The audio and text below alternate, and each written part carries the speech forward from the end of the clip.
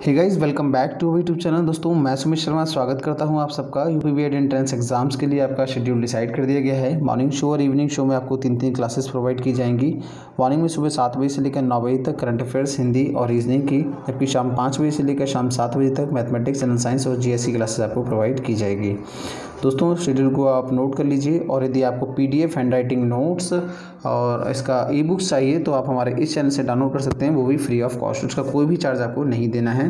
आप केवल जाइए टेलीग्राम पर और सर्च कीजिए गो डिजिटल स्टडी और इस चैनल को आप यहाँ पर ज्वाइन कर लीजिए। दोस्तों, यदि आप चैनल पर नए हैं, पहली बार आप विजिट कर रहे हैं तो प्लीज़ चैनल को सब्सक्राइब करके बेल आइकन प्रेस कर लीजिए और वीडियो अच्छा लगे तो प्लीज़ वीडियो को लाइक और शेयर जरूर कीजिएगा। इसके अलावा आप हमें सोशल मीडिया पर भी फॉलो कर सकते हैं। फेसबुक पर भी हम ये वीडियो अपलोड करते हैं। तो दोस्तों, आज की इस वीडियो में हम डिस्कस करेंगे हिंदी का पार्ट 2 है। हिंदी का पार्ट 2 है। एक पार्ट हमने आपको कल अपलोड कर दिया था। इस प्रकार से हम यहाँ पर 25 प्रैक्टिस सेट डिस्कस करेंगे ईच सब्जेक्ट के। ये हमारा सीरीज चल रहा है, तो प्लीज़ कोई भी वीडियो मिस ना करें। चैनल को सब्सक्राइब करके बेल आइकन जरूर प्रेस कर लें। आज के इस वीडियो में हम डिस्कस करेंगे उपसर्ग और प्रत्यय। कल हमने डिस्कस किया था मुहावरे और लोकोक्तियाँ। तो चलिए शुरू करते हैं। तो चलिए, प्रैक्टिस सेट नंबर 2 आपका स्टार्ट हो चुका है। पहला क्वेश्चन आपकी स्क्रीन पर है दोस्तों। आ उपसर्ग से बना शब्द है। ऑप्शन हैं आपके अचेत, अनुज, अवतार और अत्यंत। देखिए, इसमें अचेत, इसमें आपका राइट आंसर हो जाएगा ऑप्शन नंबर ए वाला सही है। इसमें अचेत में उपसर्ग आपका आ है। अनुज में कोई उपसर्ग नहीं है, पूरा एक शब्द है। अवतार में आपका अव है, अव प्लस तार, ये इस प्रकार शब्द बनता है। और अत्यंत जो बनता है वो बनता है आपका अति प्लस बनता है अंत से, यानी कि इसमें अंत शब्द है और अति क्या है, वो उपसर्ग है। तो आपका राइट आंसर क्या हो जाएगा, ऑप्शन नंबर ए सही हो जाएगा। यदि आपको संधि विच्छेद करना आता है तो आप उपसर्ग और प्रत्यय आसानी से यहाँ पर पहचान सकते हैं। नेक्स्ट क्वेश्चन है आपका, अभि उपसर्ग से बनने वाला शब्द है। अभिमुख, अभियोग, अभिकर्ता। तो देखिए, तीनों का यदि हम संधि विच्छेद करें तो इसमें से सबसे अभी अलग हो जाता है, अभिमुख हो जाता है। ठीक है, मुख अपने आप में एक शब्द है। जो पीछे वाला है वो अपने आप में एक शब्द होना चाहिए। जैसे ये आपका योग हो जाएगा नीचे वाले में, फिर आपको हो जाएगा कर्ता। ये तीनों अपने आप में एक शब्द हैं। अतः अभि उपसर्ग से ये तीनों ही शब्द बनते हैं। इसलिए आपका आंसर क्या हो जाएगा, ये सभी आपके इसके उपसर्ग हैं। नेक्स्ट क्वेश्चन देखते हैं। आई प्रत्यय जोड़ने से बना हुआ शब्द है। आई प्रत्यय जोड़ने से क्या शब्द बनेगा, जयपुरी, अजमेरी, मिठाई या सर्दी। तो देखिए, जयपुर शब्द क्या है, जयपुर, और इसमें यदि हम ई जोड़ दें तो क्या बन जाएगा, ये जयपुरी। लेकिन यहाँ पूछा है कि आई जोड़ने से, तो ये भी ई है। ऐसे ही अजमेरी में भी आपका ई क्या होगा, प्रत्यय होगा। और इसमें होगा आपका, देखिए ये होता है मीठा। ठीक है, मीठा प्लस आई क्या हो जाएगा, मिठाई हो जाएगा। ऑप्शन नंबर सी आपका इसमें सही है। ऑप्शन नंबर सी वाला करेक्ट आंसर इसमें हो जाएगा। नेक्स्ट क्वेश्चन, अ उपसर्ग से बनने वाला शब्द है। अ उपसर्ग से कौन सा शब्द बनता है, औजार, औगुन, औचक या उपयुक्त में से। तो यदि आप यहाँ पर ध्यान देंगे तो तीनों ही आपके शब्द जो हैं वो औचक, औगुन और औजार, ये तीनों ही आपका औ से उपसर्ग से बने हुए हैं, क्योंकि जार, गुण और चक अपने आप में एक शब्द होते हैं। तो अतः ये तीनों ही शब्द औ उपसर्ग से मिलकर बने हुए हैं। नेक्स्ट क्वेश्चन है आपका, कमजोरी में प्रत्यय है। मैंने आपको अभी ऊपर एक संधि विच्छेद करके बताया था अजमेर का। ठीक इसी प्रकार से कमजोरी का संधि विच्छेद आप करेंगे तो ये बन जाएगा कमजोर प्लस क्या हो जाएगा, ई हो जाएगा। यानी कि कमजोर में यदि हम ई प्रत्यय जोड़ दें तो क्या हो जाएगा, वो कमजोरी बनता है। तो हम कह सकते हैं कि यहाँ पर ई प्रत्यय है। ऑप्शन नंबर ए वाला सही है आपका राइट आंसर इसमें। नेक्स्ट क्वेश्चन देखते हैं। ता प्रत्यय जोड़ने से शब्द बनेगा।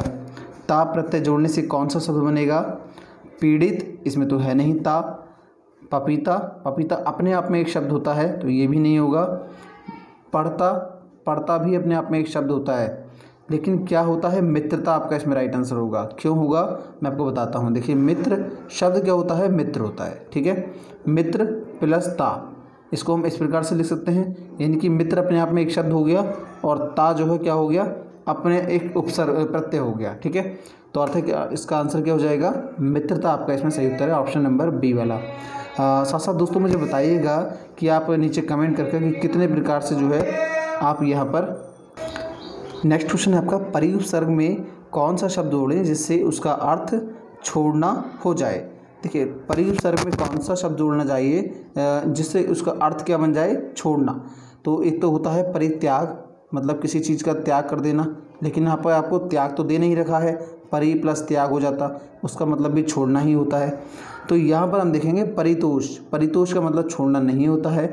परिहार, जी हाँ बिल्कुल सही हो जाएगा ऑप्शन नंबर बी। परिहार का मतलब जो है क्या होता है, वो छोड़ना होता है। परि प्लस हार लगा देंगे तो परिहार का अर्थ क्या हो जाएगा, छोड़ना। परिजन मतलब परिवार वाले, और ताप मतलब परिताप, ठीक है, तो ये भी शब्द हो जाएगा आपका ऑप्शन नंबर बी वाला परिहार। नेक्स्ट क्वेश्चन, बैठक में कौन सा प्रत्यय है, बैठ प्लस अक, इसका संधि विच्छेद करेंगे। अब देखिए प्रत्यय और उपसर्ग निकालने के लिए आपको संधि विच्छेद आना जरूर चाहिए, तो उसमें कैसे निकालेंगे हम, यहाँ पर बैठ प्लस अक करेंगे इसको। तो यहाँ पर बैठ अपने आप में एक शब्द है, और बैठ मूल शब्द है, और अक यहाँ पर क्या है, वो प्रत्यय है। तो अर्थात मूल शब्द और प्रत्यय से मिलकर जो शब्द बना है वो है बैठक। तो हम कह सकते हैं कि आपका ऑप्शन नंबर ए सही है, इसमें आपका अक प्रत्यय है। नेक्स्ट क्वेश्चन है, महान शब्द में त्वय प्रत्यय जोड़ने पर क्या शब्द बनेगा, महता, महनीय, महती या महत्व। तो देखिए महान शब्द में यदि आप जोड़ेंगे त्वय प्रत्यय तो आपका ना यहाँ से हट जाता है, तो ये क्या हो जाता है, महत्व आपका राइट आंसर हो जाता है। ऑप्शन नंबर आपका डी बिल्कुल सही। अब नेक्स्ट क्वेश्चन है आपका, मान शब्द में कौन सा उपसर्ग जोड़ने पर उसका अर्थ घमंड हो जाएगा। देखिए हम सभी लोग जानते हैं कि घमंड को हम क्या बोलते हैं, एक शब्द बड़ा चर्चित है अभिमान, कि भाई वो बड़ा अभिमानी व्यक्ति है, ठीक है। तो वही कह रहे हैं कि हमें मान शब्द में एक ये मूल शब्द है मान, अब उसमें यदि हम उपसर्ग जोड़ दें, भैया उपसर्ग आगे लगते हैं, तो हमने कह दिया कि अभी हम उपसर्ग जोड़ दें तो शब्द क्या बन जाएगा, हमारा अभिमान बन जाएगा। और अभिमान का अर्थ क्या होता है, घमंड अर्थ होता है। तो ऑप्शन नंबर आपका इसमें बी वाला राइट आंसर हो जाएगा। ऐसे ही दोस्तों कुछ क्वेश्चंस आपसे पूछे जाते हैं बीएड के एंट्रेंस एग्जाम्स में, कुछ भी आप गलत नहीं करेंगे। 25 प्रैक्टिस सेट में आपको यहाँ पर 2000 से अधिक क्वेश्चंस मिलेंगे, और वो सभी में क्वेश्चंस, उसमें से एक क्वेश्चन भी ऐसा नहीं रहेगा जो मतलब अलग टाइप से क्वेश्चन आया हुआ होगा, मैं आपको सभी क्वेश्चन कराऊंगा। नेक्स्ट क्वेश्चन, मित्र शब्द में कौन सा उपसर्ग लगाने से उसका अर्थ उल्टा हो जाता है। देखिए मित्र का मतलब होता है अच्छा व्यक्ति, या जो मतलब सहायक हो हमारा, ठीक है, मित्र। अब सुमित्र लगा देंगे तो मतलब बहुत अच्छा मित्र हो जाएगा, सुमाना अच्छा होता है, ठीक है। अब यदि निर्मित्र, ये कोई शब्द नहीं बना निर्मित्र, ठीक है। अब आंसर लगाते हैं, ये लगाते हैं कु, तो ये क्या हो जाएगा, ये बन जाएगा आपका कुमित्र, यानी कि वह व्यक्ति जो हमारा बुरा चाहता है, ठीक है। कुमित्र यानी इसका बिल्कुल उल्टा हो गया मित्र का। ऑप्शन क्या हो जाएगा, ऑप्शन राइट आंसर सी वाला, यानी कि कु प्रत्यय लगाने से मित्र शब्द का जो अर्थ है वो बिल्कुल उल्टा हो जाता है, कुमित्र हो जाता है। नेक्स्ट क्वेश्चन है आपका, लौकिक शब्द में प्रत्यय है, लौकिक शब्द में प्रत्यय क्या हो जाएगा, एक प्रत्यय है, इसमें एक प्रत्याहार है इसमें। ऑप्शन नंबर बी आपका सही है, और ये क्वेश्चन जो है वो बीएड एंट्रेंस के एग्जाम्स में प्रीवियस ईयर में पूछा भी गया है। नेक्स्ट क्वेश्चन है, हार किस शब्द किस उपसर्ग से जुड़कर भोजन का अर्थ देता है। तो लगाइए, देखिए प्रतिहार, ठीक है, प्रतिहार तो भोजन का अर्थ नहीं होता है। उपहार, उपहार मतलब गिफ्ट वगैरह, है ना, ये कोई भोजन का अर्थ नहीं होता। आहार, ये आपने पढ़ा होगा आहार, तो ये जरूर क्या नाम है, भोजन का अर्थ होता है, ठीक है। आहार आपका भोजन का अर्थ होता है, इसका मतलब राइट आंसर क्या हो जाएगा कि आ प्रत्यय लगाने से हार शब्द में वो आपका भोजन का रूप बन जाएगा, शब्द बनेगा आपका आहार। ऑप्शन नंबर सी आपका इसमें बिल्कुल सही उत्तर है। नेक्स्ट क्वेश्चन है, अत्याचार में उपसर्ग है, अत्याचार में कौन सा उपसर्ग है, अच्छा बताइए। इसका वैसे ही आप उपसर्ग संधि विच्छेद करेंगे। सबसे पहले देखिए इस प्रकार के जितने भी आपको बता दूं शब्द जैसे ही होते हैं, अत्याचार आधा ता इसमें होता है, ठीक है, अत्यंत, तो इसमें आपको जब भी उपसर्ग आएगा आगे वाला तो ये आएगा अति, अति प्लस आचार, इसमें क्या बन जाएगा, अति प्लस आचार, तो क्या बन जाएगा शब्द आपका अत्याचार। उपसर्ग क्या हो गया आपके इसमें, अति उपसर्ग हो गया, जो कि ऑप्शन नंबर ए में, तो यही सही हो जाएगा। नेक्स्ट क्वेश्चन देखेंगे, अत्याचारी शब्द बना है, अत्याचारी शब्द किससे बना है, तो मैंने आपको अभी बताया था, फिर दोबारा संधि विच्छेद आप कहिए इसमें अति प्लस आचार। देखिए कई प्रकार से क्वेश्चन पूछा जा सकता है, तो मैंने वो सभी क्वेश्चन इसमें ऐड किए हैं जो पूछे जाने की संभावना है। अति मतलब उपसर्ग, ये तो आपका उपसर्ग हो गया, ठीक है। आचार मतलब क्या हो गया, आचार क्या हो जाएगा, ये एक मूल शब्द हो जाएगा, ठीक है। तो यहाँ पर देखते हैं उपसर्ग के मिल से, तो क्या बना है, ये उपसर्ग के मिल से बना है, ठीक है। ठीक है, ऑप्शन नंबर सी सही है। मतलब इसमें उपसर्ग मेन मूल शब्द क्या था हमारा, आचार था, इसमें हमने लगा दिया अति, तो ये बन गया आपका उपसर्ग से मेल से बना शब्द है अति, अत्याचारी। ठीक है, नेक्स्ट क्वेश्चन है अनुज शब्द को स्त्रीवाचक बनाने के लिए किस प्रत्यय का प्रयोग किया जाता है। देखिए अनुज, मैं आपको बता दूं अनुज का अर्थ क्या होता है, छोटा भाई। ठीक है, और अनुजा का अर्थ क्या हो जाएगा, छोटी बहन। तो यहाँ पर क्या लगा है, यहाँ पर आ लगा है, तो यहाँ पर सेम एज क्या लग जाएगा, अनुज में यदि आ जोड़ देंगे तो क्या हो जाएगा, अनुजा। अनुजा का अर्थ होता है छोटी बहन और अनुज का अर्थ होता है छोटा भाई। नेक्स्ट क्वेश्चन, आसमान पर चढ़ाना का अर्थ है अत्यधिक अभिमान करना, कठिन काम के लिए प्रेरित करना, बहुत शोर करना या अत्यधिक प्रशंसा करना।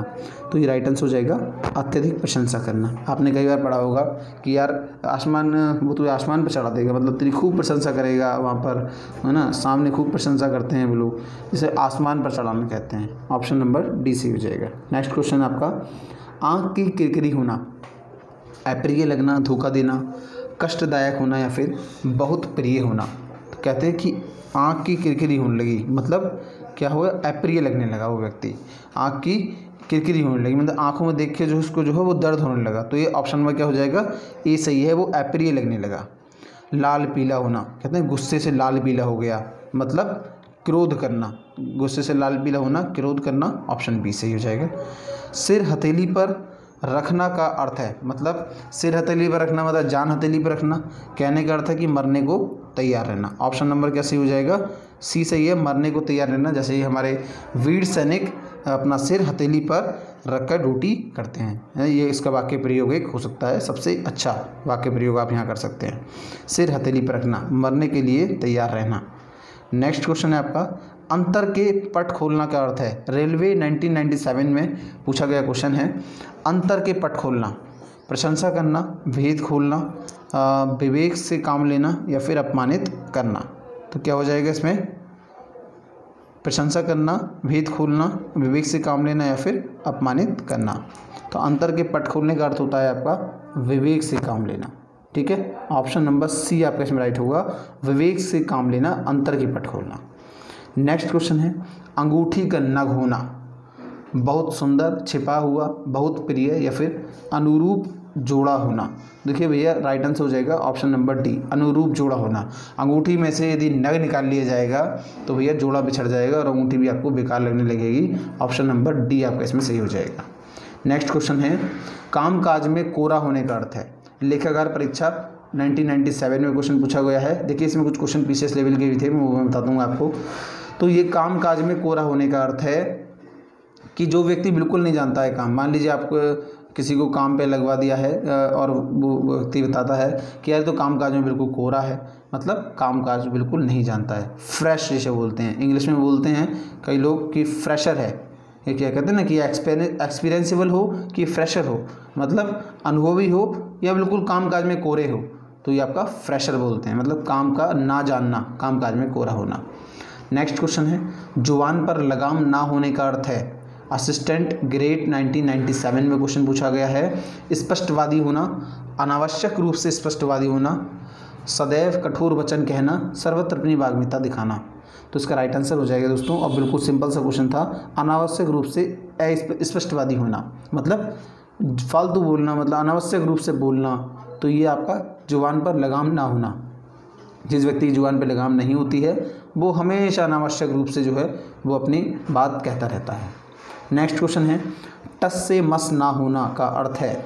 बीएड 1997 में क्वेश्चन है देखिए, और उसके बाद भी एक बार पूछा गया था। टस से मस ना होना, कठोर हृदय होना, अनुनय विनय से ना पसीजना, जगह ना बदलना या फिर धैर्यपूर्वक सहन करना। तो इसका राइट आंसर क्या हो जाएगा, ऑप्शन नंबर बी, यानी कि अनुनय विनय, मतलब पूरी रिक्वेस्ट करने के बाद से भी, सब कुछ करने के बाद से भी आपको उस व्यक्ति को नहीं मना पाना, मतलब कहते हैं ना कि मैंने उससे बहुत रिक्वेस्ट की लेकिन वो टस से मस नहीं हुआ, मतलब हमने उससे बहुत अनुनय विनय किया लेकिन फिर भी वो व्यक्ति हमारी बात को राजी नहीं हुआ, मतलब टस से मस ना होना, अपने निर्णय से अडिग ना होना। ठीक, नेक्स्ट क्वेश्चन देखते हैं। टांग आना का अर्थ है। टांग अड़ाना का क्या अर्थ हो जाएगा, लेखाकार परीक्षा में पूछा गया क्वेश्चन है। तो टांग अड़ाना का अर्थ है अवरोध पैदा करना। यदि आप किसी के बीच में टांग अड़ा देंगे तो क्या हो जाएगा, अवरोध हो जाएगा ना, एक प्रकार का गिर जाएगा वो, तो ये अवरोध पैदा करना टांग अड़ाना का अर्थ हो जाएगा। नेक्स्ट है तेली का बैल होने का अर्थ है। ग्राम पंचायत परीक्षा 1998 में क्वेश्चन पूछा गया है। तेली का बैल होने का अर्थ है, मुहावरे का अर्थ बताइए। बुरी तरह से काम में लगे रहना, काम करने से बहाना करना, मन लगाकर काम नहीं करना, निर्धन होना।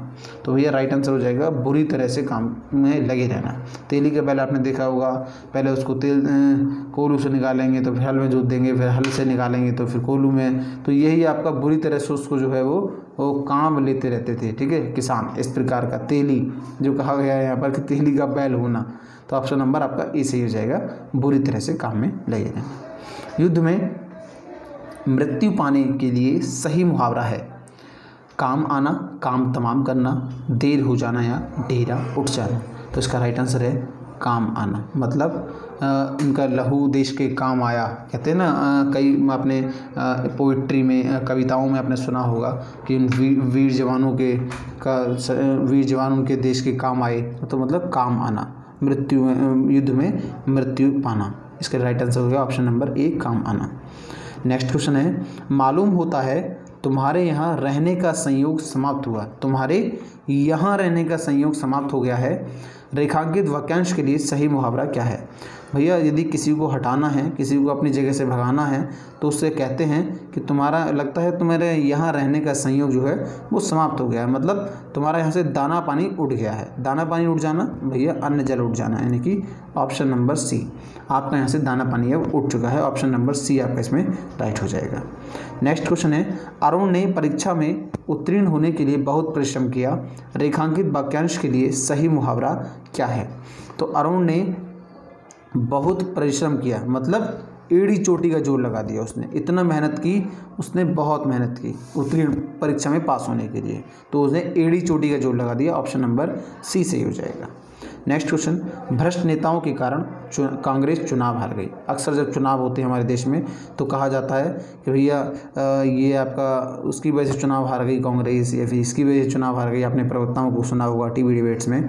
तो ये इसके लिए हार गई का अर्थ क्या हो जाएगा, इसके लिए क्या मुहावरा है। तो भैया कभी कैसे कहते हैं कि कांग्रेस की लुटिया डूब गई, है ना, कहते हैं ना कि मतलब कोई हार जाना, लुटिया डूब जाना, ऑप्शन नंबर बी सी हो जाएगा, लुटिया डूब जाना। नेक्स्ट क्वेश्चन है आँख का नीर यानी कि पानी का ढल जाना का अर्थ है। आँख का नीर पानी ढल जाना मतलब निर्लज हो जाना, ऑप्शन नंबर बी सही है। किसी जिसको शर्म नहीं होती है, ठीक है, आँख का पानी ढल जाना मतलब जो उस दूसरों की इज्जत नहीं करता है, तो निर्लज हो जाना, ऑप्शन नंबर बी सही हो जाएगा।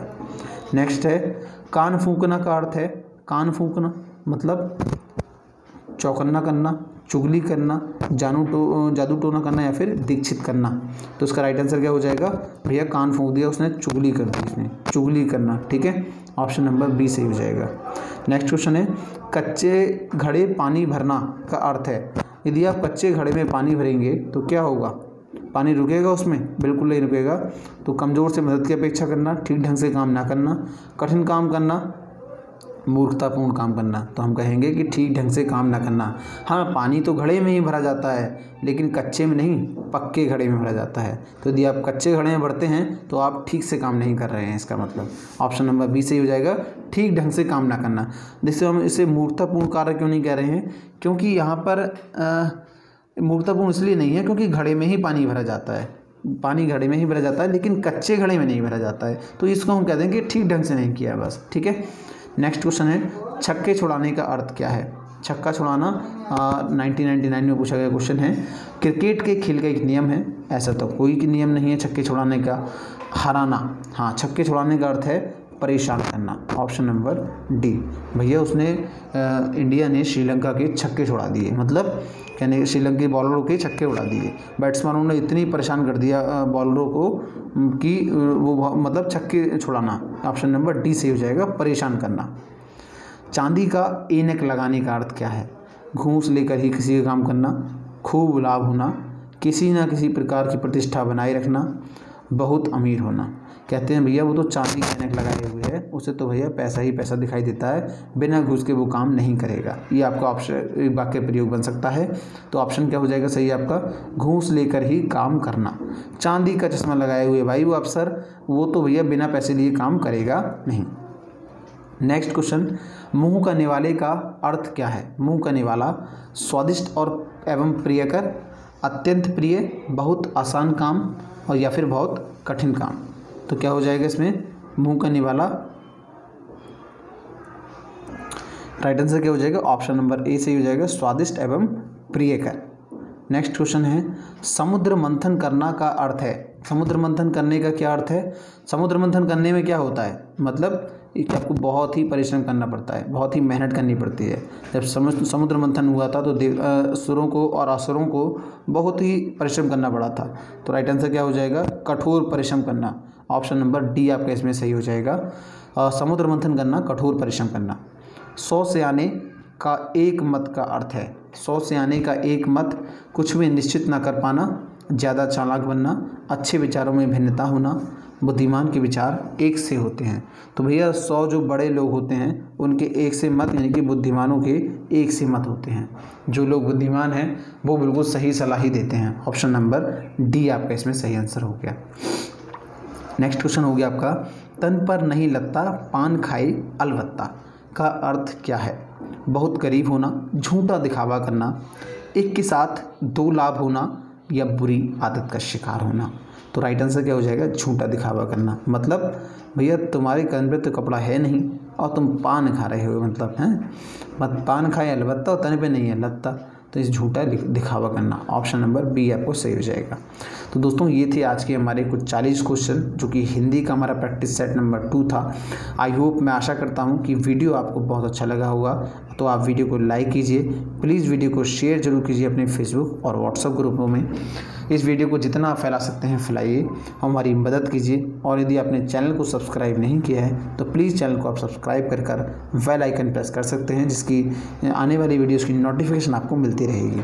मैं भी लूँगा दोस्तों आपको अनेक ऐसे ही एक और वीडियो में। और इसका ई बुक यदि PDF आपको जो डाउनलोड करना है तो PDF आप हमारी टेलीग्राम चैनल जरूर ज्वाइन कीजिए, वहाँ पर आपको सारे PDF एक साथ मिल जाएंगे। साथ साथ यदि आपको मुझे कुछ से कुछ पूछना है तो नीचे इंस्टाग्राम का हैंडल दे रखा है digitalstudy.official, इसको आप यहाँ पर इंस्टाग्राम पर मुझे SMS कर सकते हैं, मैं आपके रिप्लाई देने का प्रयास करूँगा।